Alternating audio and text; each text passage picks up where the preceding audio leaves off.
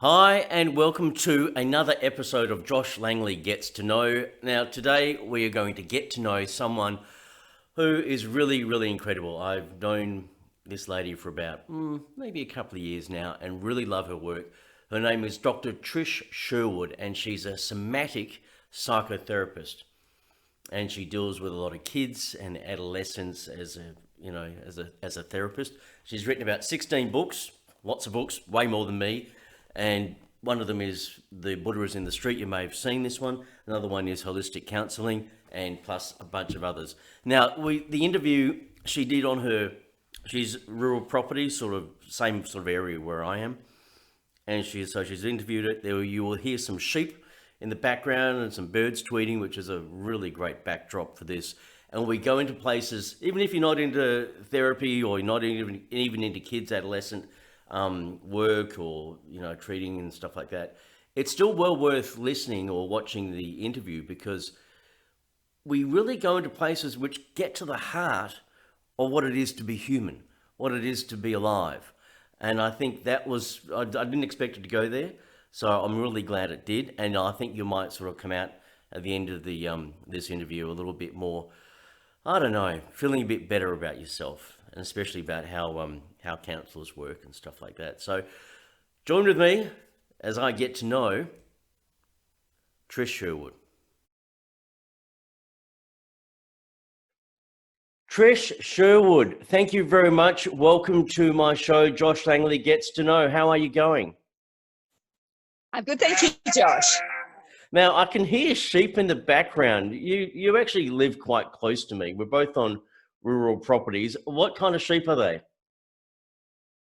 Oh, these are dorpers, the black and white ones that eat everything and don't need to be shorn and keep the grass down, and generally are quite resistant, strong little creatures. So I just keep them for eating grass. They eat lots of grass. As good lawnmowers. So if they keep bleating in the background, that's all right. It just adds to the whole scene, doesn't it, of rural serenity. Yeah.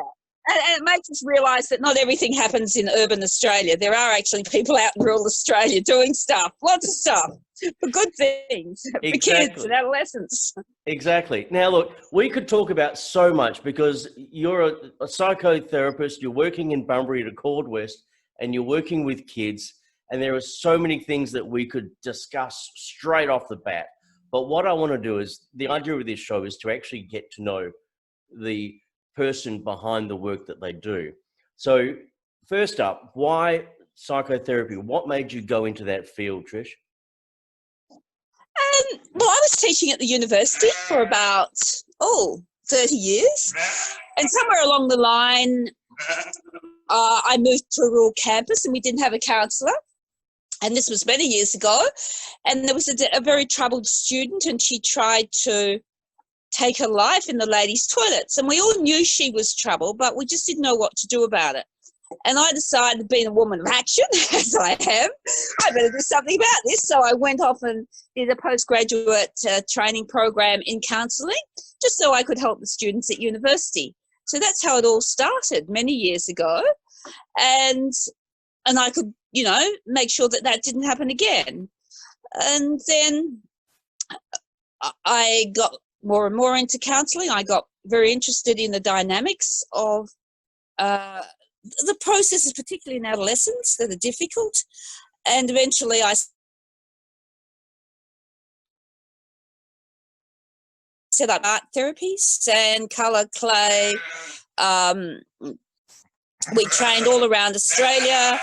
I did overseas work and started to develop really unique techniques and processes for working with children and adolescents particularly, but also adults, to help them move through some of those core issues in life, which, if people don't get a chance to move through, tend to block their joy and their opportunities to become who they could become. And sadly, that is like so many people, isn't it? Yeah, and then, of course, I have private practice, and these days, of course, I'm semi-retired, but I do work 3 days a week for Accord West, and in their specialist child and adolescent program. Okay, we'll talk about more about that later on.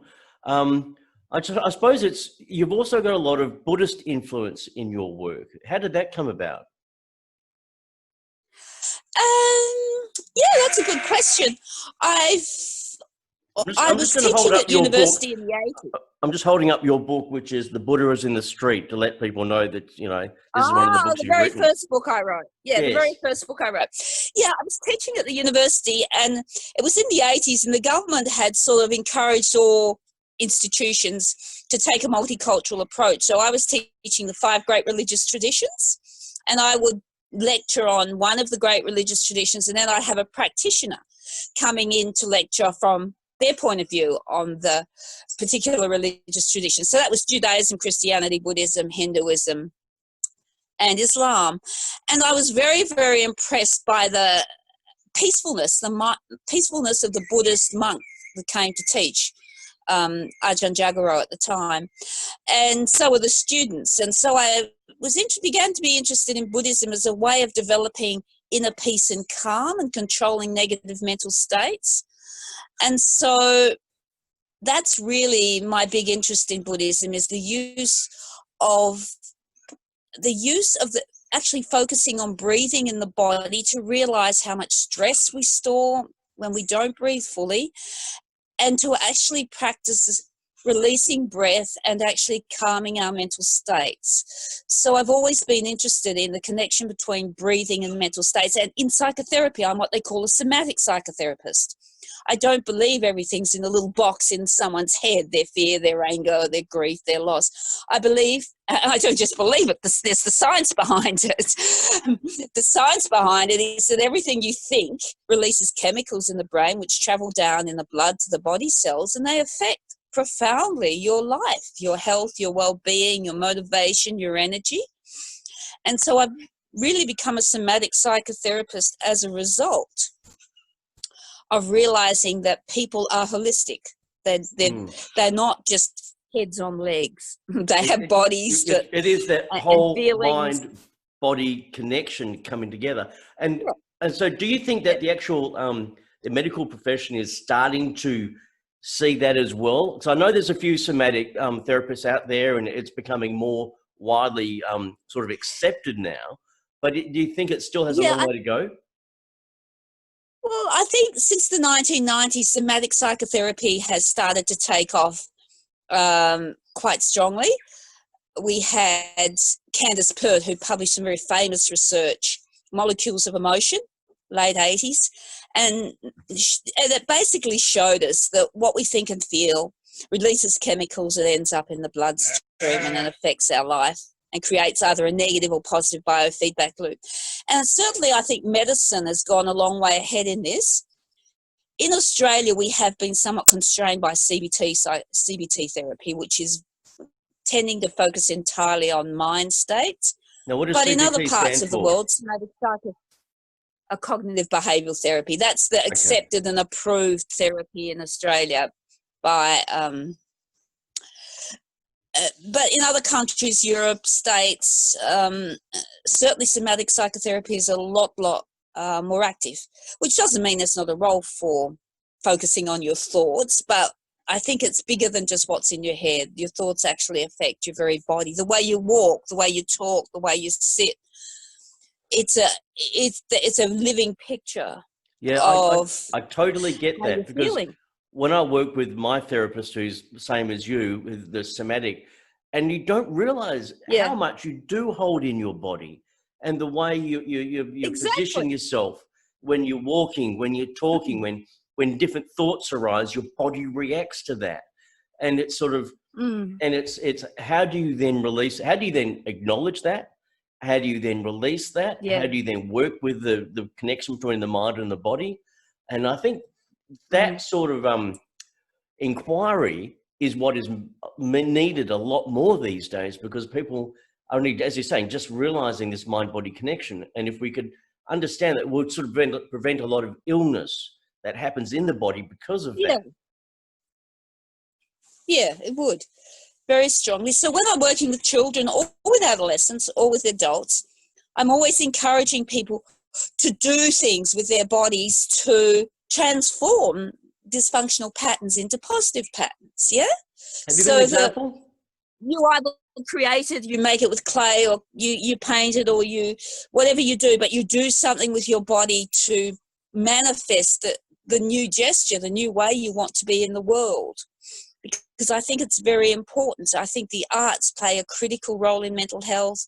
I think everything, gardening, wood carving, all these things, knitting, crocheting, all these things that were once traditional crafts were also ways of people releasing mental stress and calming. And so we need to engage actively with our physical bodies in healing. And I'm always telling parents to get their kids out in nature.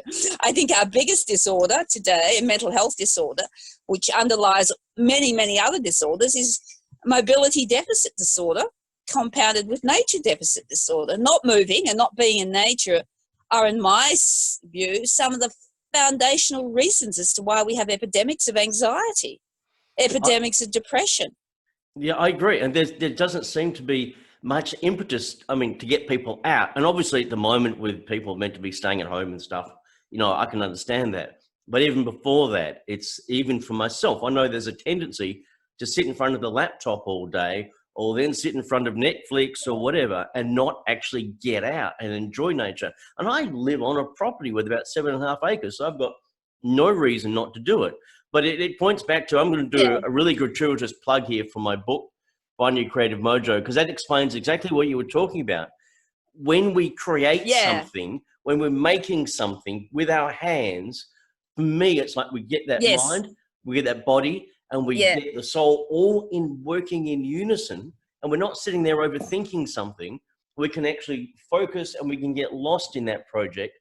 And we feel so much better at the end of it. Absolutely. Yeah. So there's nothing like nature either to be a great healer. I mean, I'm advocating things like pet therapy and equine therapy as well for very disturbed adolescents, because when the mind is so disturbed that it actually can't focus and conversations are a waste of time, we need to get very disturbed and traumatized young people back into nature, where they can learn to be in the wilderness, where they can learn to ride a horse, master relating to a horse. Relating to a horse or an animal or a dog might be the beginning of the recovery of their heart, which may have been destroyed by acute trauma and abuse, because dogs and horses have that sort of unconditional love that we all wanted in our childhood and not everybody got. And some people got the reverse. How about someone living in the middle of a city? How can they connect? Like, say, parents and children, how can they connect if they're living in the middle of a city, if they can't access to a horse or something like that? Yeah, well, lots of inner city people can still have little dogs, or where children learn to take care of and love. And I encourage, another big issue for mental health, you need to be able to give and realize you have value in the world because of the gift your presence brings to the world. So I encourage city kids to go out and volunteer to work in animal refuges or assist the local vet or something. Go out there, do something where you actually learn to love something and it learns to love you. And the experience of realizing that some living thing is dependent on your presence and your love is very, very affirming. It gives you a purpose for life. And look, and part of our problem and that is so important. Part of our problem today is that kids don't have enough purpose for life. That's a good point you raise. I mean, that's even, I would say, for a lot of adults as well. I mean, sure, a lot of parents, the purpose is to raise children and stuff like that, provide, nurture and whatever. But a lot of other people, what is my purpose? And even just having, I'm going to touch back on, I know it seems a bit flaky, but this love aspect, I think that is so underrated. But having someone or something to love and to feel love is at the core of everything we do. And when that is deficient in any way, the effects of that, as you would see, can be so damaging. Yeah, because mental health to me is defined as connectedness. And the more connected you feel to another human being, to an animal, to a plant, to a tree, to the planet, the healthier you are, because you're not alone in this challenging world. And you also see that you contribute to the whole. The whole is richer because you're there, and you're richer because you're part of the whole. So, yeah, connectedness is what it's all about. And the heart of connectedness is love. And I don't think it's flaky. I mean, when people die, they don't go, oh, I'm so glad I wrote 10 books, or I mean, Steve Jobs, when he was dying, and he, was multi-millionaire, billionaire, whatever, his advice to people was what really mattered in life was your relationships. Nothing else matters. Yeah? Yeah, And no, he's right. People, when they're dying, think about the ones they love. and that's They don't think what it's about what about. they did, Can you? or how many houses they had. I'm going to ask you: are there any sort of success stories or any stories that jump to mind that you go, that child came to me as a very traumatized child, and now they've been able to make progress. Now they've been able to come through. Is there any stories like that jump to mind? Yes, there are, and I've probably written about a few over time. And while maintaining confidentiality, it's amazing sometimes if the human relationship and the connection is right, it's in synchronicity, then miracles can happen even in a session. Yeah. And I'll give you an example. Many eons ago, not even in this country, I was working with a child was brought to me from a school who had retarded interpersonal skills because he had an IQ of, I don't know, 70 or 75 or something. And he was being bullied. And he was 14, and the principal had called the kids in that were bullying him and him into the office and explained to the kids, this is not okay, it's affecting this child. And suddenly, as the principal explained to this in front of this child and the bullies what bullying was, he started to realize that he had bullied a girl when he was little, mercilessly, at school. And he went into the most terrible self-judgment and grief and just really shame. And because often when you have limited mental ability or interpersonal skills, you get stuck on this one routine, and he couldn't function. All he could talk about was what he'd done to this little girl many years ago for him, I think 6 years ago.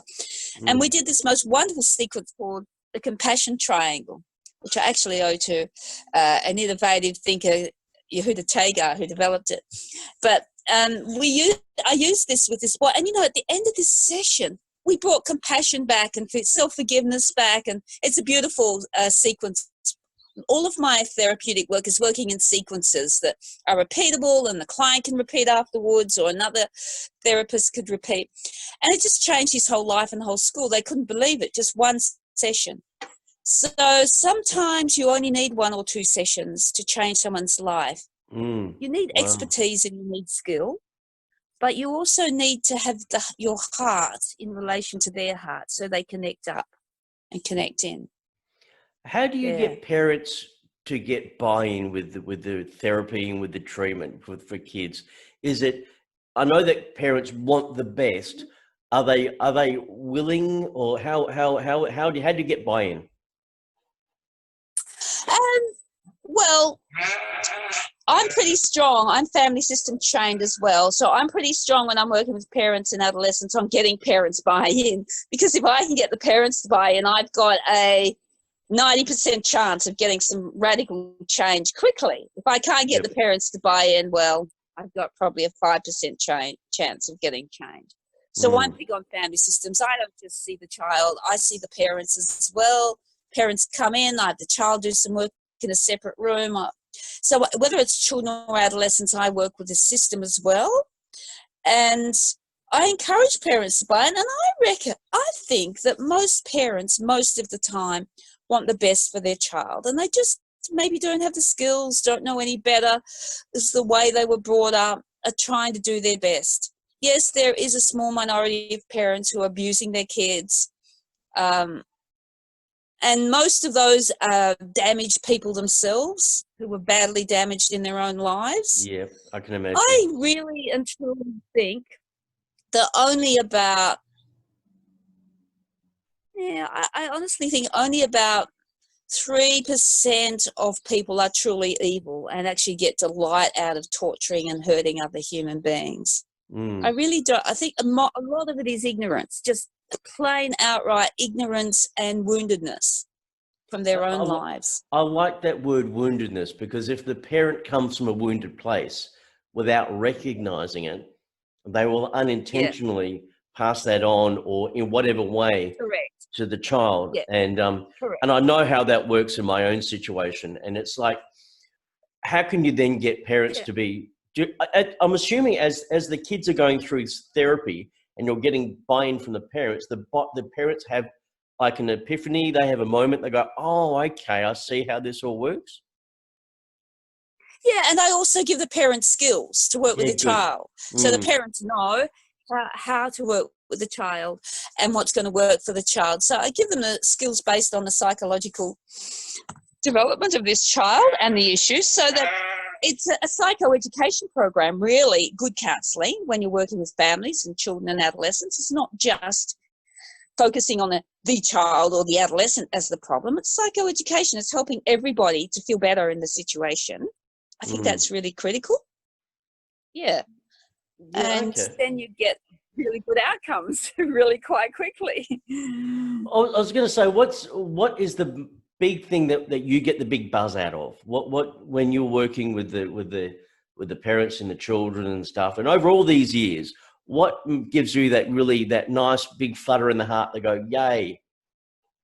Well, when I see any client, but particularly a child or adolescent, I'm looking deeply at their spirit, the light within them that makes them uniquely who they are and helps them be their light in the world, be their star in the world. I'm looking at that. And I love therapy when you see that light within them become brighter and they leave and they shine more brightly. Wow. That would be beautiful. That to me is the real joy of therapy, is seeing the light within them light up and shine more brightly by removing some of the covers or gunk or junk that somehow got blanketed before.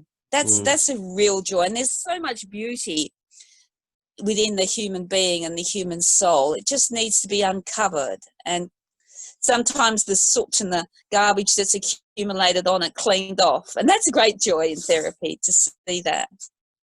No, I can imagine that. I can just see that light shining brighter and the confidence to do that. No, I like that. Now, we're going to wrap up, but there's one last question I want to ask you, okay, Trish? Now, this question is, what's the most important thing people should remember about life? What's the most important thing people should focus on?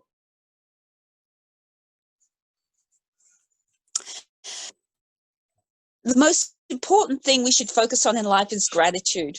Gratitude for each other, gratitude for everything we have. There's endless research that shows that it's the single most important quality in the health of the human heart, in the health psychologically of the human mind. Just outright appreciation of the people around you. Take nothing for granted. Rejoice in everything that you have and express that gratitude, because when you have an attitude of gratitude, you shine and you help others around you to shine, because you praise them, you see their beauty, you see their joy, you remember to tell them why they're so valuable in your life or in the world. I love that. That's the most important thing. That's a beautiful thing to end on. Now, if people want to find out more about you or your books or your work, where do they find the information, Trish? Well, they can find a lot about me if they go on a website, which is www.sophiacollege, SOPHIA, sophiacollege.com. All my books are for sale there.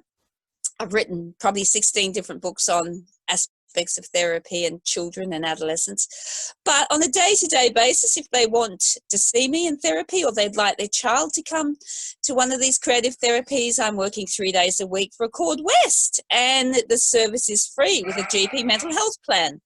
So you're welcome to come. I'd love to see you there.